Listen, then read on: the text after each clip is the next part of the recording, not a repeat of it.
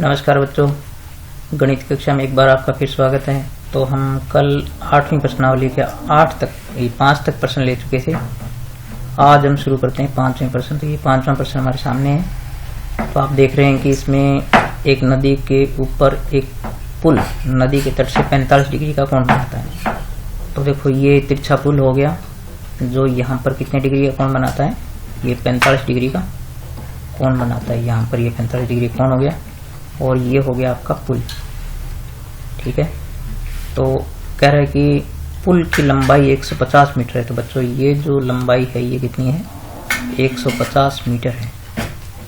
तो आपको ये कहा है कि नदी की चौड़ाई ज्ञात करनी है। तो देखो यहाँ पर ये नदी है, इसकी चौड़ाई आपको ज्ञात करनी है। तो आप इस नदी की चौड़ाई को एक बार x मान लीजिए। तो यहाँ पर ये ऊंचाई जो है यहाँ पर 90 डिग्री का कोण बनाएगी। तो इस प्रकार से ये बन गया आपके पास एक समकोण त्रिभुज। तो इसको हम नाम दे देते हैं ABC। और ये जो यहाँ पर एक क्षैतिज है ये नदी हो गई। तो ये है नदी। ठीक है, तो हमें जो है वो इसकी चौड़ाई ज्ञात करनी है, यानी आधार ज्ञात करना है और कर्ण हमें दिया हुआ है। तो हम क्या लेंगे, समकोण त्रिभुज। समकोण त्रिभुज ABC में हमारे पास है आधार और कर्ण। तो हम आधार बटे कर्ण लेंगे, आधार बटे कर्ण। और आधार बटे कर्ण क्या होता है, कोस थीटा होता है। ठीक है, तो आधार हमारे पास है BC, आधार का नाम क्या है, BC है। तो BC और कर्ण आपके पास हो गया AC। तो BC बटे AC बराबर हो गया कोस थीटा। और BC जो है हमने क्या मान रखा है, x। तो यहाँ रख देते हैं x बटे, और कर्ण हमारे पास कितना है, 150। ठीक है, बराबर कोस थीटा का मान हो गया 45 डिग्री। तो ये हो जाएगा कोस 45 डिग्री। और आप जानते हैं चूंकि कोस 45 का मान क्या होता है, 1/√2 होता है। यानी कोस 45 डिग्री का मान होता है 1/√2। तो यहाँ पर इसकी वैल्यू रख देते हैं। तो ये आ गया आपके पास x बटे 150 बराबर हो गया 1/√2। आप इसको तिरछा गुना करेंगे, ये इधर और ये इधर गुना हो जाएगा। तो यानी आपके पास हो गया √2 x बराबर हो गया 150। तो x बराबर आ गया 150 बटे √2। तो अब आपके पास ये बटे में √2 आ रहा है। तो इसका हर का परिमेयकरण करेंगे तो ऊपर नीचे √2 का गुना कर दो। तो x बराबर आ गया 150 बटे √2, ऊपर नीचे गुना कर देते हैं √2 बटे √2 का। तो यहाँ हो गया 150 √2 और √2 को √2 से गुना करेंगे तो आ गया 2। तो यहाँ से इसको काट सकते हैं। तो 150 में 2 का भाग देंगे तो आएगा 75 और साथ में आ गया √2, इतने मीटर हो गया। ठीक है, तो इसका जो आपके पास D उत्तर सही हो गया। ठीक है, ये वाला D उत्तर जो आपके पास सही हो गया। तो इस प्रकार से हम बिल्कुल आसानी से इसको हल कर सकते हैं। अब चलते हैं छठे प्रश्न पर। तो यहाँ में छठे प्रश्न के अंदर 2 खंबे दे रखे हैं। जैसे एक खंबा एक 14 मीटर ऊंचा है, देख सकते हो आप, और एक है 20 मीटर ऊंचा। तो यहाँ इनके जो सिरे हैं, यहाँ से ये जो एक तार बांधा गया है ये AE। तो इसकी लंबाई को एक बार x मान लेते हैं। तो बच्चों ये पूरा 14 है, ये 20 है। तो ये यहाँ से यहाँ तक क्योंकि 14 हो जाएगी नीचे नीचे की, तो ऊपर की होगी 6। तो हमें तार की लंबाई ज्ञात करनी है। और तार जो एक क्षैतिज के साथ कितने डिग्री कोण बनाता है, 30 डिग्री का कोण बनाता है। तो देखो आप यहाँ पर यदि आप इस समकोण त्रिभुज को देखोगे, समकोण त्रिभुज ADE। तो AD में लंब है हमारे पास और कर्ण है। तो हम लंब बटे कर्ण ले लेंगे। तो पहले लेते हैं हम समकोण त्रिभुज ADE में।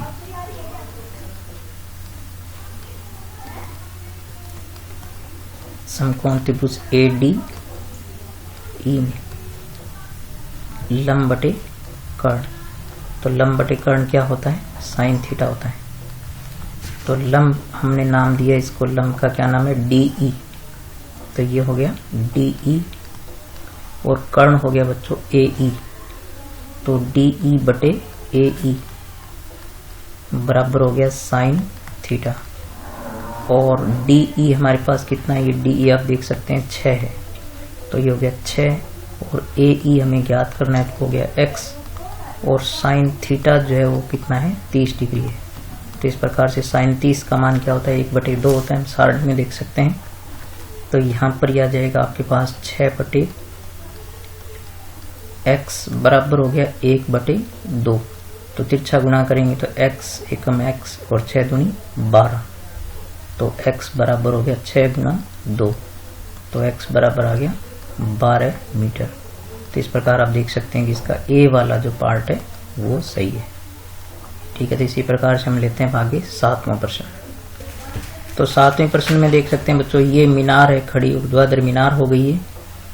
तो इसमें एक है कि मीनार के आधार से ए और बी दो दूरी हैं बच्चों। ए दूरी आपको यहाँ बताया ना कि ए बड़ी है बी से, तो ये जो बी से लेकर के डी तक जो दूरी होगी ये ए दूरी होगी, क्योंकि ये बड़ी है, और ये छोटी दूरी होगी बी सी। तो ये छोटी दूरी बी सी जो बी ले लेते हैं, तो यहाँ पर आपको ये कहा है कि उन्नयन कोण क्रमशः, तो एक ये उन्नयन कोण हो गया और एक ये उन्नयन कोण, तो ये हो गया 30 डिग्री और ये हो गया 60 डिग्री, क्योंकि ये छोटा कोण है और ये बड़ा कोण है। तब हमारे पास दो समकोण त्रिभुज बनते हैं। तो हमें मीनार की ऊंचाई ज्ञात करनी है, तो हम इसको मान लेते हैं h। मीनार की ऊंचाई को क्या मान लेते हैं, h मान लेते हैं। तो यहाँ पर पहले हम छोटा समकोण त्रिभुज लेंगे बच्चों। तो समकोण त्रिभुज पहले लेते हैं ए बी सी। आप देख रहे हैं छोटे वाला कौन सा है, ए बी सी। समकोण त्रिभुज ए बी सी में, और ए बी सी में देखो लंब h है और आधार आपके बी सी, तो लंब बटे आधार लेते हैं, तो l बटे ए। तो l बटे ए बराबर हो गया tan थीटा। तो l का नाम क्या है आपके पास यहाँ पर ए बी, तो जो ये ए बी और आधार हो गया आपके पास बी सी, तो ए बी बटे बी सी बराबर हो गया tan थीटा। अब हम इनके मान रख देते हैं। तो ए बी हमारे पास कितना है, h है। ठीक है, तो मैं इधर करता हूँ। तो ए बी आपके पास हो गया h और बी सी हो गया बच्चों b। तो ए बी बटे बी बराबर हो गया h बटे b बराबर हो गया tan, और थीटा कितना आपके पास 60 डिग्री। ठीक है, तो थीटा का मान रख देते हैं इसमें। तो h बटे b बराबर हो गया tan 60 का मान होता है √3। तो इस प्रकार से इसके बटे में 1 मान लो। तो यहाँ पर अपने क्या करते हैं, इनको तिरछा गुणा करेंगे तो h बराबर आ गया इस b√3। ठीक है, तो ये आपके पास आ गई पहली समीकरण, पहला मान आ गया आपके पास। अब हम इसी प्रकार से दूसरा लेते हैं समकोण त्रिभुज ए बी डी जो बड़े वाला है 30 डिग्री उन्नयन कोण वाला। तो अब लेते हैं समकोण त्रिभुज ए बी डी में। तो यहाँ भी बच्चों आपके पास ये लंब ए बी है और आधार हो गया बी डी। ठीक है, तो लंब बटे आधार यानी लंब बटे आधार बराबर हो गया tan थीटा। तो लंब कितना है, लंब है ए बी। ठीक है, ये ए बी लंबाई होगी, आधार हो गया बी डी पूरे बड़े वाले त्रिभुज का, और tan थीटा कितना आपके पास 30 डिग्री। तो ए बी का मान हम ले सकते हैं h, क्योंकि हमने h मान रखा है, और पी डी आपके पास है a, और tan 30 का मान होता है 1/√3। अब आप क्या करो, इस a को इधर गुणा कर दो। तो a को इधर गुणा करेंगे तो बच्चों आपके पास आएगा h बराबर a/√3। तो इस प्रकार से ये बन गई आपकी दूसरी समीकरण। अब आप क्या करें, समीकरण 1 और 2 को दोनों को गुणा कर दो। समीकरण 1 व 2 को गुणा करने पर, तो गुणा करेंगे तो देखो लेफ्ट में लेफ्ट गुणा हो जाएगा, तो h से गुणा हो जाएगा। तो h गुणा h बराबर हो गया b√3 गुणा a/√3। तो यहाँ आप देख सकते हैं कि √3 आपस में कैंसिल हो जाएंगे। ठीक है, तो इस प्रकार से h² बराबर हो गया ab, क्योंकि यहाँ a बच गया और यहाँ b बच गया। तो इस प्रकार से h बराबर क्या आ गया, √ab, क्योंकि इधर का वर्ग इधर वर्गमूल में जाता है। तो इस प्रकार से इसका जो उत्तर है वो सी वाला उत्तर सही हो गया, यानी मीनार की ऊंचाई कितनी आ गई, √ab आ गई। तो सी वाला उत्तर सही हो गया। ठीक है, तो इस प्रकार से आपका 2 समकोण त्रिभुज बने, और दोनों में पहले हमें लेना होता है हमेशा छोटे वाला फिर बड़े वाला, और फिर दोनों समीकरणों को गुणा कर दिया। तो अब चलते हैं 8वें प्रश्न पर। तो 8वें प्रश्न में हमें ये कहा है कि 25 मीटर ऊंचे एक स्तंभ, तो देखो ये ए बी इसमें एक स्तंभ है, ठीक है, ये वाला स्तंभ है, ठीक है, ये जो 25 मीटर ऊंचा स्तंभ है, तो ये हो गया आपका 25 मीटर ऊंचा स्तंभ। और यहाँ पर जो ये है मीनार, यहाँ पर जो DE हो गई मीनार। तो इसमें आपको ये कहा है कि 25 मीटर ऊंचे मीनार से जो इस स्तंभ के शीर्ष के उन्नयन और अवनमन कोण दोनों बराबर है। यानी ये वाला जो है, ये यहाँ पर ये उन्नयन कोण ये अगर थीटा है, तो यहाँ पर अवनमन कोण ये भी क्या है, थीटा। यानी यहाँ से इसके शीर्ष का और आधार का उन्नयन और अवनमन कोण दोनों बराबर हैं। तो आपको ये ज्ञात करना है कि मीनार की कुल ऊंचाई कितनी होगी। हमें ये पता है कि यहाँ से ये जो DC का हिस्सा होगा, ये तो यहाँ पर 25 ही होगा, ठीक है, ये इतना तो 25 हो जाएगा, लेकिन ये इतना ऊपर वाला ज्ञात करेंगे। तो एक बार हम मार लेते हैं इसको H, ठीक है, तो ये H हो गया। अब हमें इस समकोण त्रिभुज को लेना है, पहले ये वाला और फिर ये वाला। तो हम पहले लेते हैं समकोण त्रिभुज ADE में। तो एक बार इस आधार को हम क्या मान लेते हैं, यहाँ पर x मान लेते हैं, ये वाली जो इतनी दूरी है इसको AD को x मान लेते हैं। तो पहले लेते हैं समकोण त्रिभुज ADE, समकोण त्रिभुज ADE में। तो AD में आप देख सकते हैं कि ये लंब हो गया और ये हो गया आधार। तो लंब बटे आधार, और लंब बटे आधार क्या होता है, tan थीटा होता है।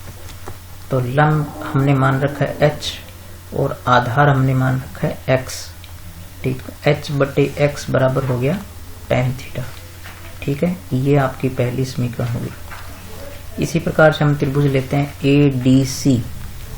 तो ADC लेते हैं समकोण त्रिभुज ADC में। समकोण त्रिभुज ADC में, तो समकोण त्रिभुज ADC में देखेंगे कि ये आपके पास हो गया लंब, DC लंब हो गया और AD हो गया आधार। तो लंब बटे आधार, तो लंब बटे आधार tan थीटा होता है। तो लंब हमने क्या लिया है, DC बटे AD बराबर हो गया tan थीटा। तो DC हमने ये हमारे पास कितनी है, 25 है, तो ये हो गया 25 और ये है x AD बराबर tan थीटा। तो बच्चों आप यहाँ पर देख सकते हैं कि ये दोनों यहाँ पर भी tan थीटा और यहाँ पर भी tan थीटा। तो समीकरण 1 और 2 की राइट हैंड साइड समान है। तो चूंकि समीकरण 1 व 2 में राइट हैंड साइड समान है, तो लेफ्ट हैंड भी क्या होगी, समान होगी। इसलिए जो आप लेफ्ट हैंड साइड को हम समान ले सकते हैं। इसलिए H बटे x बराबर हो गया 25 बटे x, यहाँ से x काट देंगे, तो इस प्रकार से H बराबर कितना आ गया, 25। तो इस प्रकार से मीनार की संपूर्ण ऊंचाई कितनी होगी, आता है मीनार की कुल ऊंचाई कितनी होगी, कुल ऊंचाई आपके पास हो गई, यानी कुल ऊंचाई CE जो होगी वो किस किस के बराबर होगी, CE बराबर होगी DC प्लस DE। तो बच्चों DC जो हमारे पास कितनी है, DC हमारे पास 25 है और DE हमारे पास हमने अभी ज्ञात की है, यहाँ पर ये H कितनी होगी, 25। तो इस प्रकार से कुल ऊंचाई कितनी होगी, 50 मीटर होगी। तो इस प्रकार से हम दो समकोण त्रिभुजों को लेकर के और इन दोनों को जोड़ देंगे तो इसकी कुल ऊंचाई आ जाएगी। तो इस प्रकार से ये प्रश्न जो है वो चित्र सही बनने के बाद कोई मुश्किलें नहीं आती इसमें। अब हम चलते हैं 9वें प्रश्न पर। तो 9वें प्रश्न में हमें ये दिया कि छड़ की लंबाई और उसकी छाया की लंबाई का अनुपात 1:3 है। तो यहाँ पर ये छड़ हो गई, ये इसकी छाया की लंबाई हो गई, तो ये 1:3 है, ठीक है। तो यानी छड़ की लंबाई जो है हमारे पास क्या है, AB है, यानी आपको ये दे रखा है कि AB अनुपात BC कितनी है? 1:3 है। तो इस प्रकार से हम AB को ले सकते हैं 1 और BC को ले सकते हैं √3। तो यहाँ पर हम ले सकते हैं 1 और यहाँ पर ले सकते हैं √3। तो अब हमें क्या ज्ञात करना है? उन्नयन कोण ज्ञात करना है। ये कोण यहाँ से हमें ज्ञात करना है, इसको थीटा मान लेते हैं। तो समकोण त्रिभुज में देखो लंब और आधार है हमारे पास। तो समकोण त्रिभुज ABC में देखो लंब बटे आधार, और लंब बटे आधार क्या होता है? tan थीटा होता है। तो लंब 1 है हमारे पास और आधार कितना है? √3। तो आप देख सकते हैं कि 1/√3 बराबर हो गया tan। और बच्चों tan में 1/√3 मान किसका होता है? 30 डिग्री का होता है। तो चूंकि tan 30 डिग्री बराबर क्या होता है? 1/√3। तो यहाँ पर हम इस tan, तो इस प्रकार से जब ये 1/√3 की जगह अपने क्या रख सकते हैं? यहाँ पर tan 30 रख सकते हैं बच्चों। तो यहाँ पर आपके पास ये हो जाएगा tan 30 डिग्री बराबर हो गया tan थीटा। तो tan से tan क्या हो गया? कैंसिल हो गया। तो इस प्रकार से थीटा आपके पास कितना आ गया? 30 डिग्री आता है। उन्नयन कोण कितना हो गया? उन्नयन कोण हो गया आपके पास थीटा यानी 30 डिग्री आ गया। तो इसका जो है ए वाला उत्तर सही है। ठीक है, तो इस प्रकार से ये 9वां सवाल बिल्कुल आसान था। अब चलते हैं 10वें प्रश्न पर। तो 10वें प्रश्न में बच्चों आपके पास ये आपको कहेगा एक पहाड़ी का ढलान एक क्षेत्र से 60 डिग्री का कोण बनाता है। तो ये पहाड़ी का ढलान हो गया इस प्रकार से ये वाला। तो ये कितना डिग्री कोण बनाता है? भूमि के साथ यहाँ पर ये जो है वो 60 डिग्री का कोण बनाता है। तो ये ढलान हो गया। और कह रहा है कि ढलान पर चलने के लिए, चढ़ने के लिए उसको 500 मीटर चलना पड़ता है। तो ये कुल ढलान की लंबाई कितनी होगी? 500 मीटर होगी। अब आप देख सकते हैं कि पहाड़ की ऊंचाई हमें ज्ञात करनी है। तो हम इसको ऊंचाई को एक बार क्या मान लेते हैं? h मान लेते हैं और इस त्रिभुज का नाम रख देते हैं ABC। ठीक है, तो अब हम देखेंगे हमारे पास ये लंब h है और कर्ण है। तो हम लंब बटे कर्ण ले लेंगे। तो समकोण त्रिभुज ABC में क्या ले लेंगे? लंब बटे कर्ण। और लंब बटे कर्ण क्या होता है? साइन थीटा होता है। तो इस प्रकार से साइन थीटा लंब हम क्या रख सकते हैं? लंब हमारे पास ये जो है ना h। तो इस प्रकार से ये हो गया h और कर्ण हमारे पास है 500। और साइन थीटा का मान कितना है? 60 डिग्री। और साइन थीटा हम जानते हैं कितना होता है? साइन 60 का मान होता है √3/2। तो चूंकि साइन 60 डिग्री बराबर क्या होता है? √3/2। तो इस प्रकार से h/500 बराबर हो गया √3/2। तो बच्चों इसको जब तिरछा गुणा करेंगे तो 2h बराबर हो गया 500√3। तो इस प्रकार से h बराबर हो गया 500√3 बटे क्या आ गया? 2। 500√3/2। तब 2 का भाग देंगे 500 में क्या आएगा? 250 और साथ में क्या है? √3। तो इस प्रकार से पहाड़ी की ऊंचाई क्या हो गई? तो इसलिए ऊंचाई हो गई, ऊंचाई h बराबर आ गई 250√3 मीटर। ठीक है, तो इस प्रकार से आप देख सकते हैं कि यहाँ पर जो C वाला उत्तर इसका सही हो गया। तो इस प्रकार से ये 10वां प्रश्न हो गया। तो बच्चों आज हमने जो है वो 5 से लेकर के और आपके जो 10 प्रश्न हल किए 5 से 10 तक। तो आप इस वीडियो को बार बार देखें। तो ये सवाल बिल्कुल आसान है, बस आपको चित्र गौर से बनाने हैं और मैंने काफ़ी स्पष्ट चित्र बनाने की कोशिश की है। आप इनको समझें और 2-3 बार वीडियो को देखेंगे तो आपको बिल्कुल समझ में आ जाएगा। ठीक है, और ये वीडियो मेरे देखा करो, आप बार बार अपने दोस्तों को बताओ, मेरा चैनल जरूर सब्सक्राइब करो बच्चों और इसका फ़ायदा उठाओ। ठीक है, मिलेंगे अगले वीडियो में। हम आगे 11 से लेकर और अब थोड़े आगे जाएंगे, थोड़े मुश्किल सवाल आएंगे, लंबे सवाल आएंगे, तो उनको हल करेंगे, बिल्कुल आसानी से हल हो जाएंगे वो भी। तो आप इतनों को एक बार 1 से 10 तक अच्छी तरह समझो, और हम आगे वाली वीडियो में 11 से प्रश्न हल करेंगे। ठीक है, मिलेंगे अब अगले वीडियो में, तब तक नमस्कार।